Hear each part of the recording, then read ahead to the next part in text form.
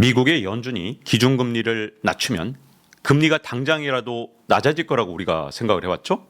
근데 미국의 연준이 금리를 낮춘 다음에 시장금리가 낮아지기는커녕 오히려 올라가는 이상한 현상이 일어났습니다. 도대체 어떻게 된 건지 그게 정말 중요한 문제거든요.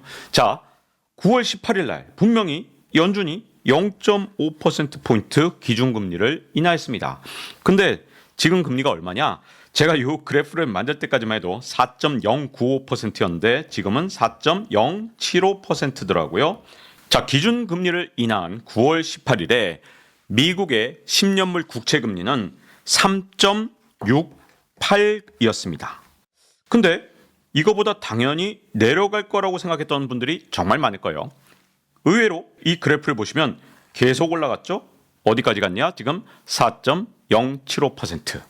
아니, 기준금리 낮추는 거 전부 다 시장금리 낮추려고 한 거 아니었나? 라는 생각이 드실 텐데 이렇게 10년물 국채금리가 올라가게 되면 자동적으로 장기 시장금리도 따라서 올라갈 가능성이 굉장히 큽니다. 그렇다면 의문이 드는 거죠. 아니, 기준금리 인하해놓고 이거 효과가 전혀 없네. 시장에선 반대로 움직이네.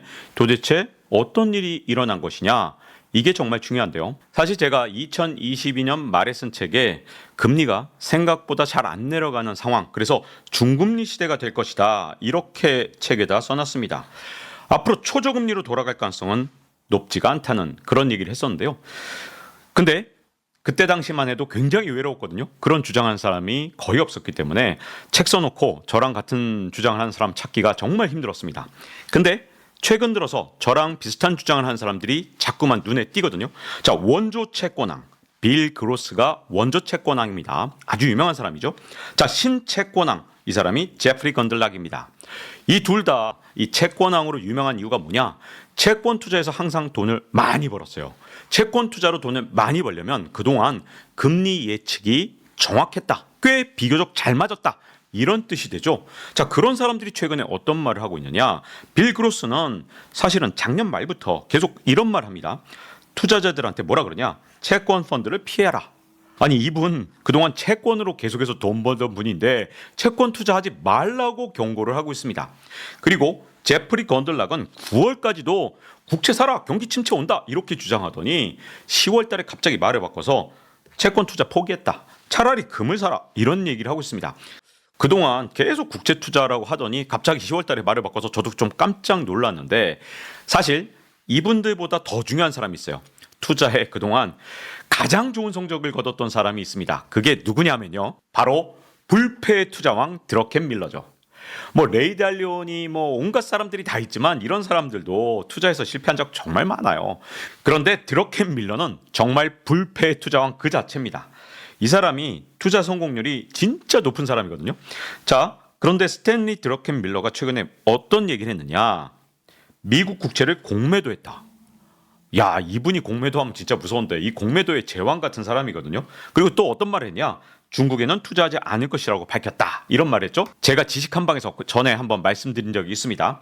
최고의 투자왕 드러켄 밀러는 중국에 투자하지 않겠다고 밝혔다라는 말씀을 드린 적이 있죠. 자, 드러켄 밀러가 미국 국채에 대해서 어떻게 투자했냐? 이게 진짜 중요한데, 자, 숏 포지션을 잡았다고 합니다. 공매도를 했대요. 그게 무슨 말이냐? 미국 국채 가격이 떨어지는데 투자를 했다는 뜻입니다. 국채 가격이 떨어지는데 투자했다는 뜻은 다시 말하면 국채 수익률이 올라가는 거, 금리가 올라가는데 베팅을 했다는 뜻입니다. 근데 얼마나 베팅을 했는지도 밝혔어요. 전체 자기가 갖고 있는 포트폴리오의 15에서 20%를 공매도했답니다. 와, 공매도는 이렇게 세게 안 하는 거거든요. 공매도에 15에서 20% 했다는 건 진짜 엄청난 비중이에요. 레버리지이기 때문에 사실은 이거 진짜 인생 걸고 투자할 때 이렇게 15, 20% 하는 겁니다. 그리고 또 뭐라 그랬냐? 채권 거래가 완료되는데 6개월이 걸릴지 6년이 걸릴지 모른다. 이 말도 진짜 중요합니다. 금리가 앞으로 오를 건데 6개월에 걸쳐서 오를지 6년 내내 오를지 자기는 모르겠다. 야, 이건 진짜 저 지금 소름이 쫙 돋았어요. 6년 내내 금리 오르면 이건 진짜 난리 나는 건데, 드러켄 밀러가 이렇게 말했다는 건 이게 굉장히 주의해야 되는데, 왜 그러냐?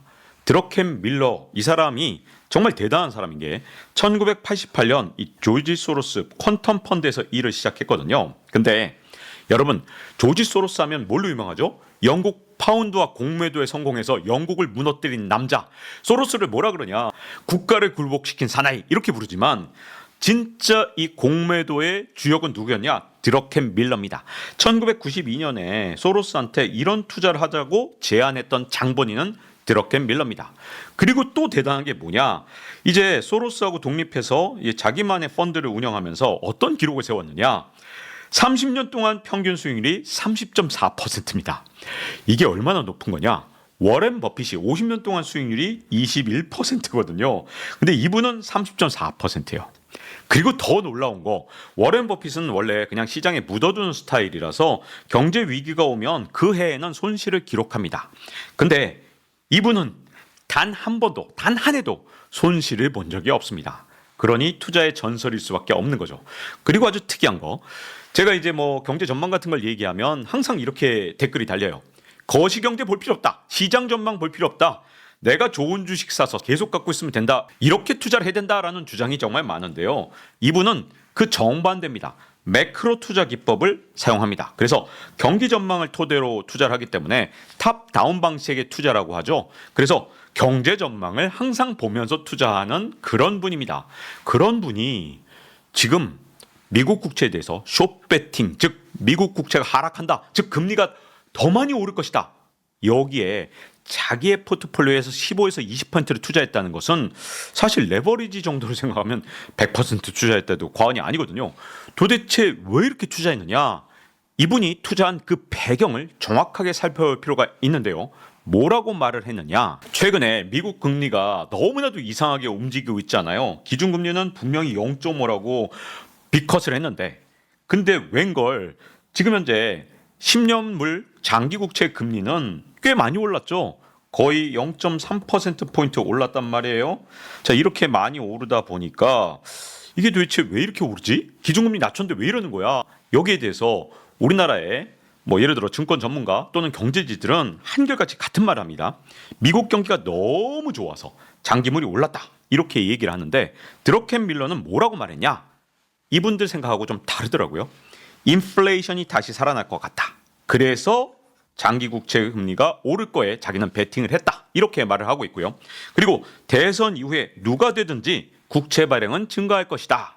이렇게 말했습니다. 해리스가 되냐 트럼프가 되냐 상관없이 국채 발행이 더 늘어나면 당연히 국채 물량이 늘어나니까 국채 가격은 떨어질 수밖에 없고 금리는 오를 것이다. 이렇게 주장한 건데 여기서 뭐라 그랬냐? 나는 트럼프를 지지하지 않는다. 해리스도 지지하지 않는다.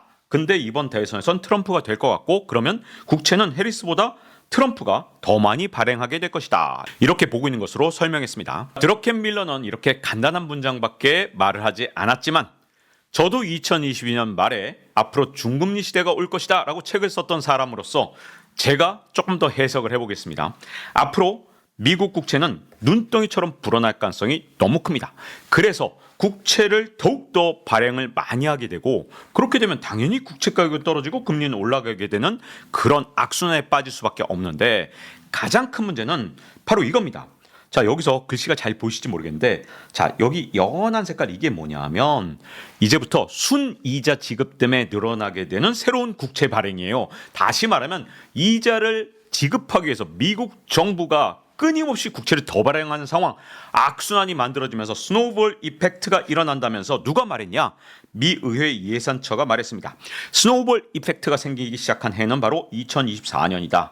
이제 우리 미국은 오직 이렇게 이자를 갚기 위해서 더 많은 국채를 발행해야 되는데 미국 정부가 앞으로 재정 적자를 잘 통제하더라도 이제는 이자를 갚느라고 이제 미국 국채 발행이 늘어날 것이다. 이렇게 전망을 해놨습니다. 그런데 트럼프가 되든 해리스가 되든 앞으로 어떻게 될 거냐? 아까 드러켄 밀러의 말대로라면 재정 적자는 더 늘어난다는 거예요. 그런데 여기다가 순이자 지출까지 늘어나면 앞으로 국채 발행은 이 CBO 미 의회 예산처가 예상한 것보다 훨씬 더 빠른 속도로 늘어날 수밖에 없는 겁니다. 자, 지금 이 시점에서 스노우볼 이펙트, 눈덩이가 굴러가는 효과를 말하죠. 그 효과가 나타나면 왜 무섭냐? 미국의 국채가 93년만 해도 4조 달러 정도밖에 되지 않습니다. 그랬던 미국 국채가 단 21년 만에 9배로 늘어나서 무려 35조 달러가 됐습니다. 내년 초 다음 대통령이 취임하는 날짜가 되면 36조 달러가 될 겁니다. 와, 다음 대통령 고생 좀 할 거예요. 36조 달러를 떠안고 시작해야 되거든요. 그러니까 이거 이자 갚느라고 이제부터 계속해서 빚이 늘어나게 되면 이 속도가 더 가속화된다는 뜻이거든요. 그래서 지금 이 시점에서 스노우볼 이펙트, 눈덩이가 불어나는 이 효과는 정말로 무서운 효과를 가져올 수밖에 없는 겁니다. 자, 국채 발행이 늘어나면 진짜 금리는 오르는 겁니까? 네, 오르는 겁니다. 왜냐하면 국채 시장에서도 수요와 공급 곡선이 작동할 수밖에 없고요. 국채를 발행한다. 시중에서 돈을 빌려오는 거잖아요. 그 얘기는 돈에 대한 수요가 높아지는 겁니다. 미국의 국채 발행이 늘어나게 되면 돈의 수요 곡선이 이렇게 올라가게 되니까 당연히 돈의 가격, 돈 가격은 뭐죠? 금리입니다. 금리는 올라갈 수밖에 없는 거죠. 그래서 국채 발행이 늘어난다는 거, 그것도 더군다나 앞으로 스노우볼 이펙트가 발생하게 되면 금리는 계속해서 올라갈 수밖에 없고, 드러켄 밀러는 바로 여기에 일종의 투기를 한 거죠. 이 방향이 맞다. 앞으로 금리는 올라갈 걸? 국채 계속 찍을 거잖아. 라고 생각을 한 겁니다. 자, 그리고 여기에 또 하나 문제가 있습니다. 드러켄 밀러는 인플레이션이 끝났다는 보장이 없다라고 말했습니다. 금리에서는 물가가 정말 중요합니다. 물가가 오르면 금리도 따라서 오릅니다. 물론 물가가 오르면 연준이 기준금리를 올려서 금리가 오르기도 하지만 그것만이 아니에요. 물가가 오르면 자동으로 시장금리가 올라갑니다. 왜냐하면 여러분, 물가가 오를 때 은행에 예금을 한다 생각을 해보세요. 물가 상승률이 5%인데 은행금리가 2%밖에 안 된다. 그러면 사람들은 이게 실질금리가 마이너스라고 부르는데, 그러면 은행에 예금을 잘 안 하겠죠. 그러면 당연히 돈의 공급이 사라지게 되고, 그러면 자연스럽게 물가가 오른 만큼 금리도 따라 오르는 게 일반적인 현상입니다. 대출을 은행이 해줄 때도 마찬가지입니다. 기업에 돈을 빌려주는데 고작 3%밖에 대출금리가 안 돼? 근데 물가상승률 5%야? 그러면 은행 입장에서 3%는 우리 대출 못 해주겠는데? 이렇게 되는 거죠. 그래서 물가가 5%면 은행 입장에서는 6%, 7% 받아야지 이러면서 대출금리가 올라갑니다. 이게 시장에서 작동하다 보니 어떤 현상이 일어났냐? 이게 바로 1970년대, 이때가 바로 스태그플레이션이라고 불리던 시대잖아요.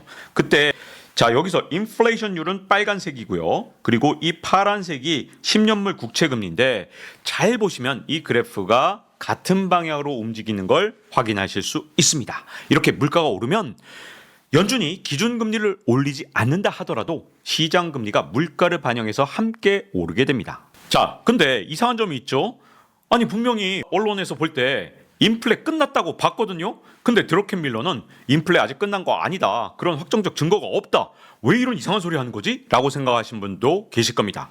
왜냐? 그 당시의 제목을 보면, 자, 파월 2년 전 물가와의 전쟁을 선포했던 자리에서 사실상 종전을 선언했다. 파월 발언을 보면 인플레이션이 목표 수준인 2%로 안정적으로 복귀할 것이라는 나의 확신이 커졌다. 파월이 이렇게 말했어요. 근데 이 상황에서 드러켄 밀러는 끝나지 않았다고 보고 있는 겁니다. 드러켄 밀러는 시장의 감각으로 보는 사람이거든요. 연준은 숫자를 보면서 학문적으로 연구하는 곳이라면, 드러켄 밀러는 야수의 심장으로 투자를 직접 자기 돈을 걸고 하는 사람입니다. 자, 역시 마찬가지로 드러켄 밀러는 여기에 대해서 자세히 말을 안 했지만, 자, 인플레이션을 위협하는 세 가지 요소가 아직도 남아있죠. 가장 큰 문제는 바로 바이든 행정부가 그동안 4년 동안 너무나도 돈을 많이 뿌렸다는 겁니다.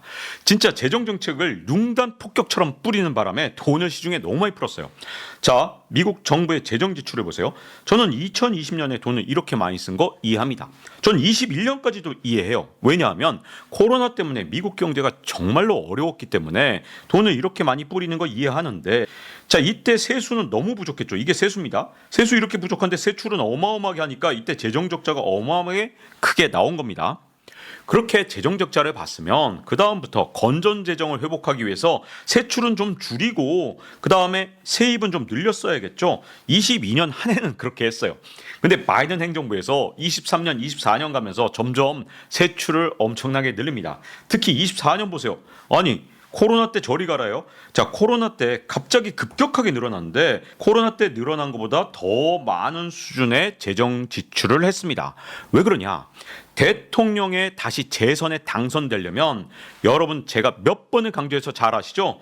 처음 취임했을 때 21년보다 24년에 경제 성장률도 더 좋아지고 그리고 막판 석 달 남겨놓고 주가가 계속 오르면 그러면 여당에 투표할 확률이 훨씬 높아지기 때문에 이걸 너무너무 잘 아는 옐런 재무부 장관이 막판 2024년에 진짜 천문학적인 재정 지출을 했습니다. 아니 코로나 때보다 더 많이 지출할 판이면 이게 정상이 아니잖아요. 이렇게 융단 폭격을 했음에도 불구하고 2023년 말부터 이렇게 물가가 낮아지면서 24년에는 물가가 왜 안정될 수 있었느냐? 재정 지출은 물가를 자극하고 있었지만 연준이 제 역할을 하고 있었습니다.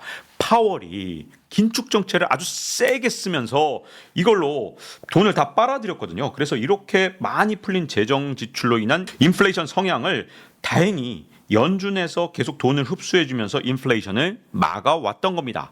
그런데 그랬던 연준이 최근에 바뀌었죠. 그나마 돈줄을 쥐어서 미국의 인플레를 막아왔던 진짜 미국의 인플레를 마지막으로 지키고 있었던 그 파수꾼 연준이 드디어 긴축을 중단했습니다. 금리를 낮췄는데 그것도 한꺼번에 0.5%포인트나 낮췄습니다. 자, 이렇게 통화 정책으로 갑자기 완화 정책으로 돌아서게 되면 물가를 올리는 데 걸리는 시간은 보통 6개월에서 18개월이 걸린다고 합니다. 마지막 세 번째는 일단 드러켄밀러가 자기는 해리스도 트럼프도 지지하지 않는데 현재로선 트럼프의 당선 가능성이 더 높다.